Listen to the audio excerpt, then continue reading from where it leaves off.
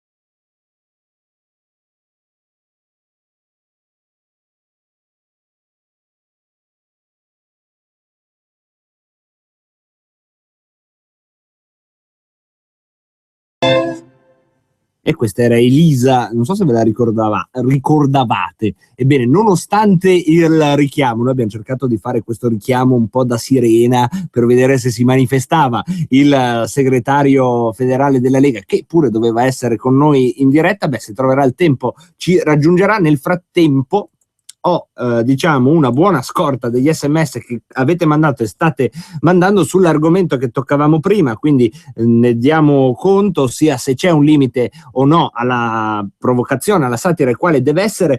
Allora abbiamo Enrico che dice che ognuno ha il suo Dio, qualcuno trova il paradiso nella sacra libertà di parlare, sparlare o bestemmiare il cielo altrui, ma in questo caso deve essere anche pronto a pagarne le conseguenze. Miriam sulla stessa lunghezza d'onda o più o meno, perché dice sul sacro non si scherza, si rispetta. Walter da Mestre dice se si offende il capo dello Stato si va in galera e non è Dio, e questo è un dato di realtà che ci fa atterrare con i piedi per terra, e per questo lo ringraziamo Walter da Mestre. Alessandro da Brescia prima di tutto ammette di avere l'auricolare imboscato mentre lavora. È ingiustificabile cosa? È questo o l'attentato? Ah no, è ingiustificabile l'attentato, ma io non sono Charlie, personalmente tendo a rispettare gli altri e pretendo lo stesso trattamento. Comunque il Papa poteva trovare parole migliori, così si sarebbe evitato un fraintendimento, aggiungo io, ma comunque abbiamo suscitato un discreto dibattito a giudicare dai vostri SMS. Margherita, si creerebbe un buco, questo invece riguarda la riforma Fornero, perché hanno inglobato i debiti dell'INDAP nella gestione INPS, vi ricordate, vero? 21 milioni di euro di debito. Vedete come c'è anche una certa competenza quando si parla di queste cose da parte degli ascoltatori. Poi abbiamo un altro SMS invece, scusate se vado un po' di palo in frasca, ma abbiamo accumulato due argomenti uno sull'altro.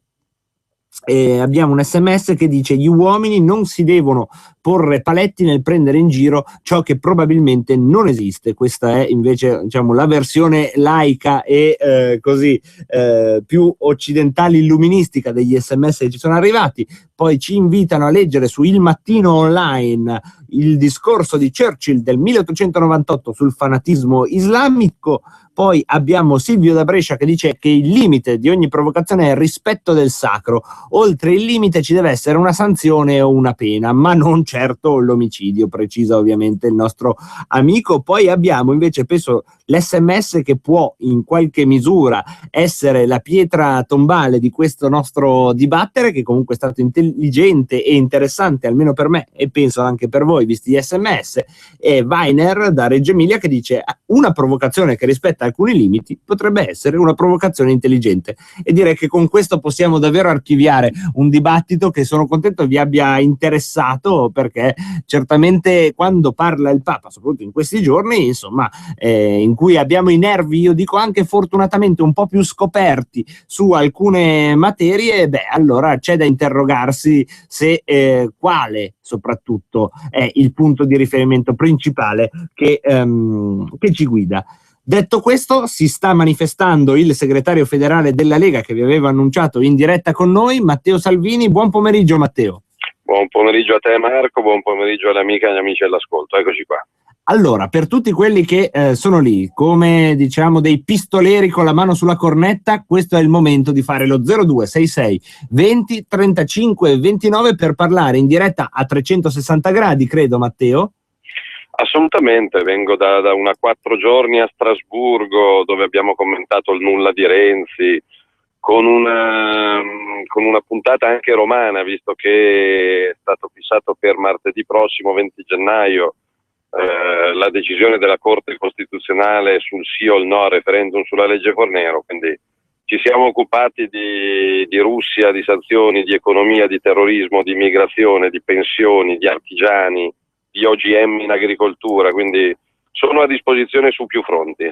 Ecco, io vedo dall'altra parte del vetro il regista che già si agita a mo' di centralinista, quindi tra poco penso potremo subito mandare la prima telefonata in diretta. Dovremmo già averne una, regista? Sì. Chi è la cornetta più veloce di Radio Padania? Pronto? Sono io? Sì, sei tu. Pronto, signor Matteo Salvini, io la saluto tantissimo, le dico 3 nomi per il Presidente della Repubblica. Io sono Marcus, telefono dalla Romania, dal mio castello, sui Monti Carpati. Sì, quali sono i 3 nomi? Ascolti, i 3 nomi sono: uno è Berlusconi come primo, non so se mi sgrida, non lo Secondo? so. Il secondo è Morelli, Alessandro Morelli, capogruppo della Lega Nord, e come terzo metterei Aurora Luxana. Ecco. Grazie mille al nostro ascoltatore più veloce. Ne prendiamo un altro, pronto? Pronto, buongiorno Matteo. Buongiorno. Il discorso dovrebbe essere molto articolato. Io andrò un po' piano perché c'è un'influenza tremenda. Ma lei stagione, dovresti spegnere la radio però perché abbiamo il ritorno in cuffia. Io credo che su qualsiasi creazione umana si possa scherzare su un libro, su un partito politico, sulle automobili, su delle belle donne.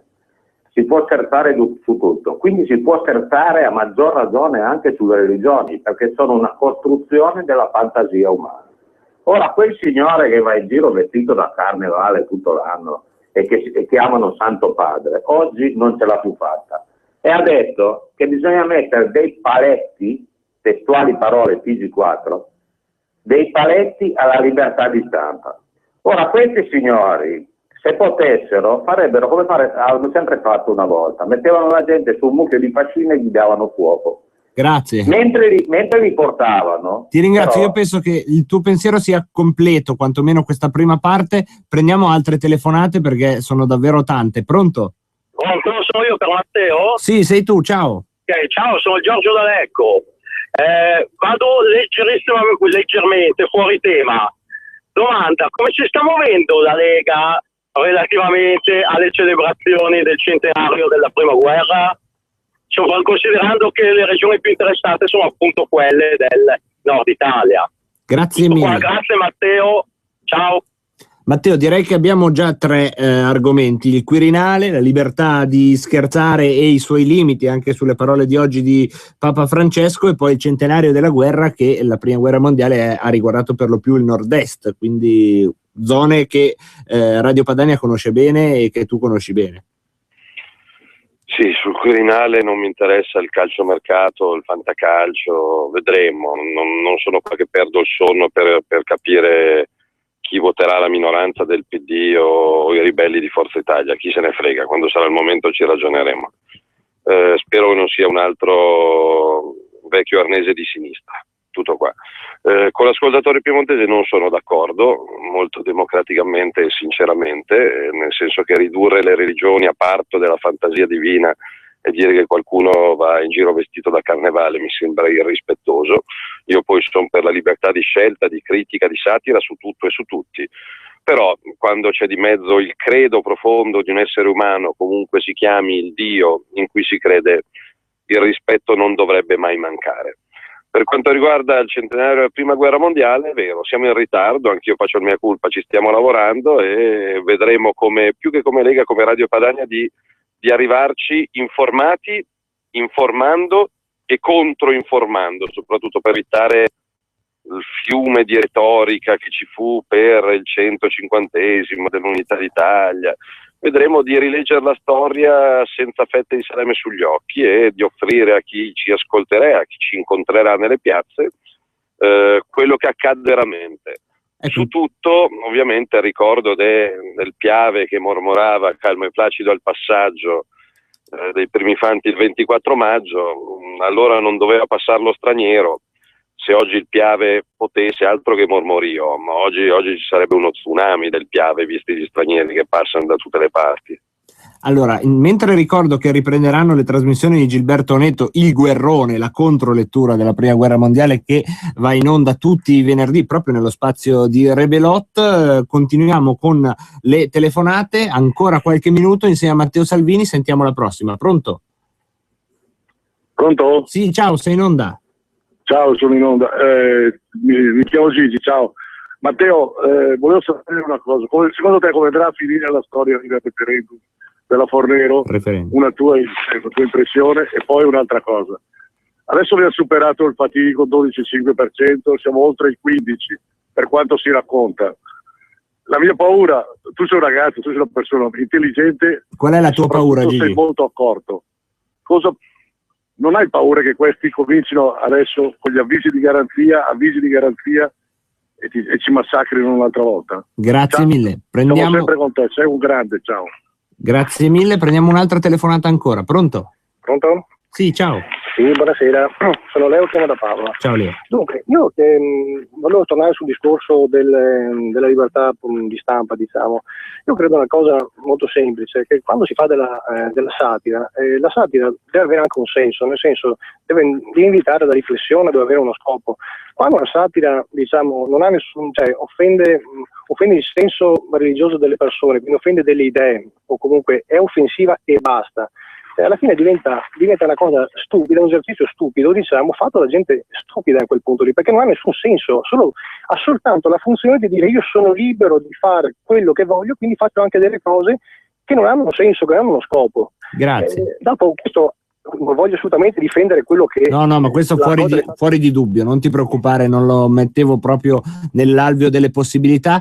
Vi ho messo un po' di pressione perché abbiamo 5 minuti con Matteo per 2 o 3 argomenti ancora sostanziosi: il referendum sulla Fornero, la Lega in crescita, opportunità e rischi, e poi ancora il discorso della satira, se ci vuoi. Allora, partiamo dalla fine. Sì, a me quelle vignette facevano pena, ce lo diciamo, a me facevano schifo, non mi facevano né ridere né riflettere. Poi io sono perché anche il più scemo possa esporre la sua idea, a cui si controbatte con un'altra idea, però onestamente adesso nel nome della libertà di satira si vedono in giro di quelle porcherie senza capo né coda, senza alcun tipo di voglia di far riflettere, di far sorridere, di far pensare, e in un mondo sviluppato la reazione è non compro il giornale, cioè non è che vado in giro col Kalashnikov. Quelle vignette mi facevano pena e evitavo di comprare il giornale. Adesso succede l'inverso, c'è la corsa in edicola, 5 milioni di copie vendute, festival dell'ipocrisia. Detto questo, la differenza fra noi, la nostra cultura, il nostro rispetto della vita e qualcun altro è che se a me qualcosa non piace mi giro dall'altra parte, appunto, non è che prendo per il collo qualcuno. Sulla Fornero non lo so, in Italia sappiamo che il diritto può essere interpretato, sicuramente se ci fosse un referendum per cancellare la legge Fornero nella prossima primavera sarebbe un'ottima notizia per milioni di italiani, non sarebbe una buona notizia per Matteo Renzi, perché evidentemente anche la sinistra si spaccherebbe, anche il PD si spaccherebbe, e quindi spero che la Corte Costituzionale decida a prescindere dall'utilità politica di chi ha nominato alcuni di quei giudici. Sui sondaggi a me interessano relativamente, non mi interessa se i sondaggi dicono che siamo al 10, al 12, al 15, mi interessa continuare a lavorare coi piedi per terra. Certo, mi aspetto qualche incursione di un certo tipo di magistratura politicizzata che non starà lì a guardare la Lega che cresce. E sicuramente sono pronto, vi aspetto a testa alta, serenamente, ma li aspetto. Allora, c'è qualche SMS, anche qualche nome per Presidenza della Repubblica, uno Marcello Pera e il colonnello Rapetto, che perdonate l'ignoranza, io non ho idea di chi si tratta. Il colonnello della finanza che aveva seguito il problema slot machine, la mega evasione fiscale che ovviamente in Italia ha fatto la fine del nulla, ovviamente, visto che c'era dentro la politica di destra e di sinistra. E poi abbiamo ancora, mi sembra, un ascoltatore che è in attesa, quindi se Roberto lo vuoi passare in diretta abbiamo un paio di minuti. Chiedo di essere telegrafici però. Pronto? Pronto, Marco, posso cambiare argomento? Sì, a 360 gradi, ma velocissimo perché abbiamo 2 minuti. Sono ora di parlare con Matteo, no? Allora gli chiedo solo che fine hanno fatto quei 10 saggi che erano stati a tempo di Monti. Dove sono andati a finire, quindi sono stati anche pagati, penso. Grazie mille per rispolveri il ricordo. I saggi sono saggiamente scomparsi, non so che saggia fine abbiano fatto, ha ragione. Ma quante fini tristi hanno fatto persone, e poi peraltro anche retribuite e osannate. Ce ne sono di esempi, ad esempio la Fornero che ha detto che il referendum sarebbe anticostituzionale e che se si facesse bisognerebbe trovare una copertura finanziaria che secondo lei non c'è. È brava, facile fare cassa sulla pelle di milioni di italiani esodati, cassintegrati, mancati pensionati. Secondo me questa è veramente una delle peggiori sciagure che sia capitata all'Italia negli ultimi decenni. La signora Fornero, il signor Monti avallati dal signor Napolitano e votati dal PD e da Forza Italia. Ricordiamo nomi, cognomi e mandanti di questa schifezza, che ancora oggi comunque ci porta ad avere il terzo premier non eletto. Matteo, abbiamo 20 secondi, come va la tua influenza? Perché sentiamo una meglio. Piuttosto nasale. Meglio, ma sarà anche che ho smesso di fumare il 31 dicembre, quindi il fisico si sta ribellando, gli manca un po' di nicotina, ma sono contento. Prossimi appuntamenti pubblici quali sono? Vediamo, al di là dell'ufficio, oggi, domani, sabato pomeriggio a Genova, nella bellissima Genova, alle ore 15 in centro, per presentare Edoardo Rixi, candidato della Lega Nord alle regionali in Liguria. Non so se hai visto le primarie del PD che stanno finendo in tribunale perché hanno votato marocchini, cinesi, albanesi, quindi se le stanno dando di santa ragione. Noi presentiamo il nostro progetto, i nostri uomini, quindi sabato pomeriggio sarò nella bellissima Genova e domenica sera farò una cosa che non so se ho voglia di fare, però vabbè, la faccio per dar voce ai nostri progetti, e vado da Fabio Fazio. Va bene, dai, poteva andare peggio. A te piace quella trasmissione? Sì, la guardo e la registro anche, ho tutta una collezione a casa. Sai che non l'ho mai vista. Va là, che va bene, ci salutiamo così, dai, che dobbiamo andare in pubblicità. Grazie, ciao Matteo. In data odierna ha visto la luce l'avveniristico sistema dell'Internet. Questi, fungendo come una titanica ragnatela tessuta da un marcantonico arachnide, congiunge